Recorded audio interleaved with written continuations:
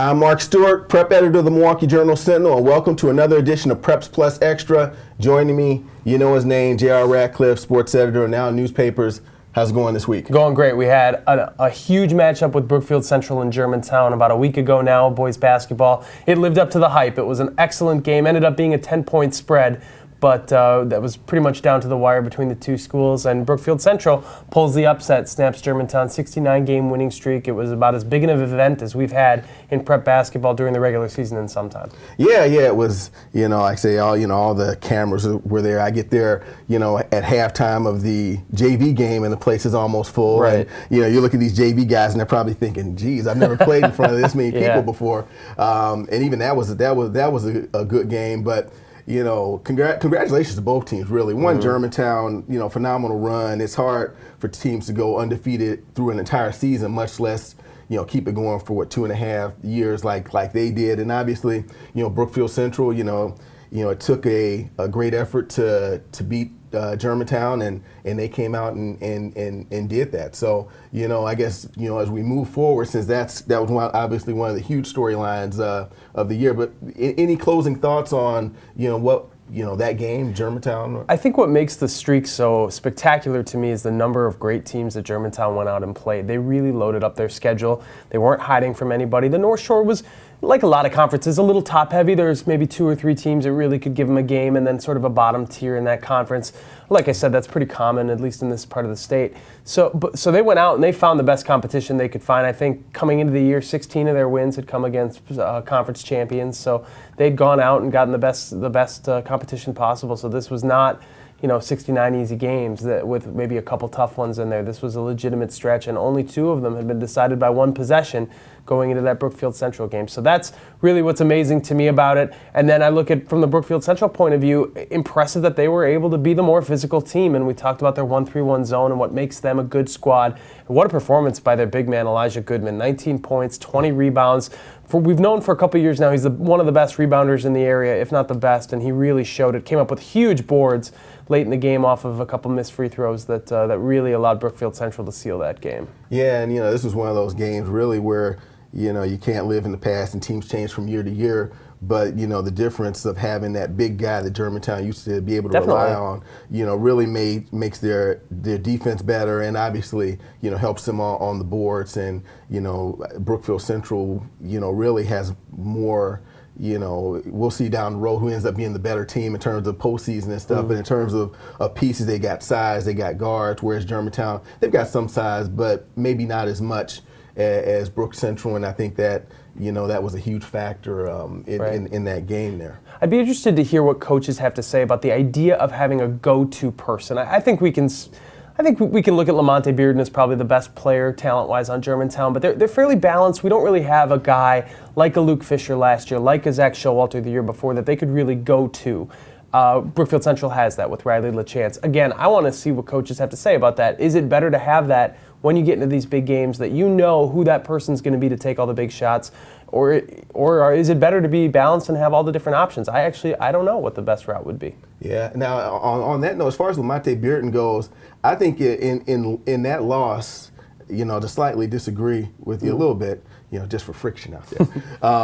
I thought he really shined. Germantown didn't win the game, but I thought you talk about a guy who really kind of stepped up, and, he's making plays on defense. He had about 2 or 3, breakaway plays where he's just using his length, and all of a sudden, quick hands, he flips knocks away a pass from the guy he's defending, goes the other way. Right. I mean, if he wasn't on his game, it probably could have been, much, even more, Brookfield Central may have been able to pull that game out, way earlier than the final 90 seconds, which is really what that game came down to. Right, yeah, some spectacular, coast-to-coast dunks for him. He's got some pretty good size. Kind of the picture of him in my head has always been a shorter guy, and then you watch him play, it's like, no, he's got size and ability. He's going to play Division I basketball.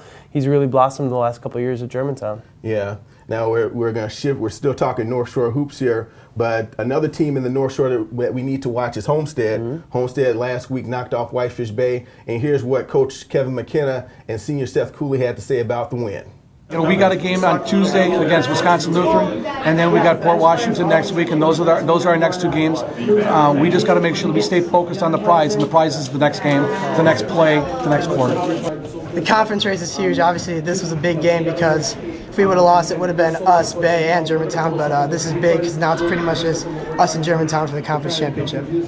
And as Seth noted there, as far as the North Shore Conference race goes, really it's now down to Germantown and Homestead in terms of probably the teams. Germantown's not going to lose two more games where Whitefish Bay will be able to get back, back in the race.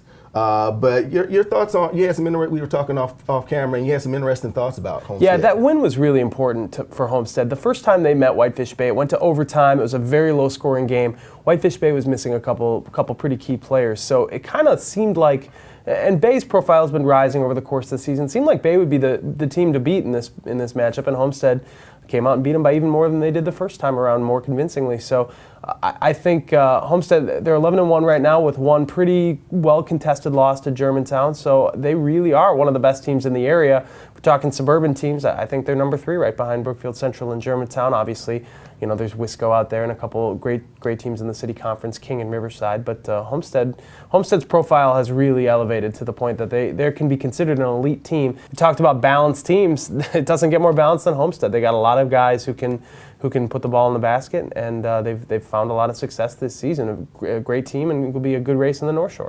Yeah, those teams meet sometime in February. I don't have the date off the top of my head, but Germantown will get their rematch or Homestead will get their rematch with Germantown. Before Germantown gets there later this week, Germantown's going to be playing Whitefish Bay, which is another team we just talked about that gave them a good game. So it's the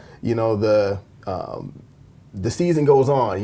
This will be a chance for now we get to see how Germantown reacts after a little adversity in terms of the win-loss column, and further down the road we'll see how they do in the tournament. They got an interesting bracket as we move forward here in the season. We've talked about how Brookfield Central has a real battle on their hands in the postseason with King and Riverside in the same sort of region, I guess half sectional of the bracket, but there's really a tough half sectional elsewhere in Division I where Germantown will be the favorite, but they got to get through Homestead. Kettle Moraine is in there right now with only 2 losses. Waukesha West with only 2 losses. In fact, I think both are 11-2, and they're scheduled to meet on Wednesday, so that would be a really big battle in the Classic 8. They're meeting for the first time.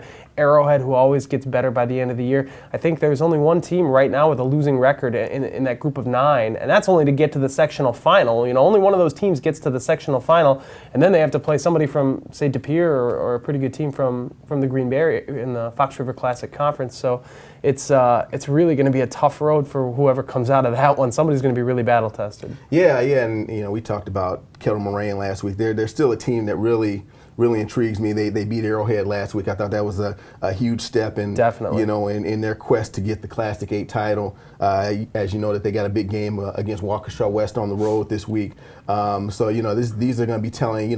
For Kettle Moraine, it's going to be a telling week in terms of getting over that hump and really showing, hey, we're going to be here to stay in this conference race. Yeah, that game with Arrowhead, the first time those two teams met, it went to triple overtime. So you could sort of say they're evenly matched teams. I think Arrowhead has gotten a lot better since that point in the season, and then Kettle Moraine was able to beat them much more convincingly this time around. So you're right, a big feather in their cap, and if they can beat Waukesha West, they're tied for first place again, and I think have the inside track to winning the conference, which would be a huge thing for Kettle Moraine. They really feel like this is their year. Right.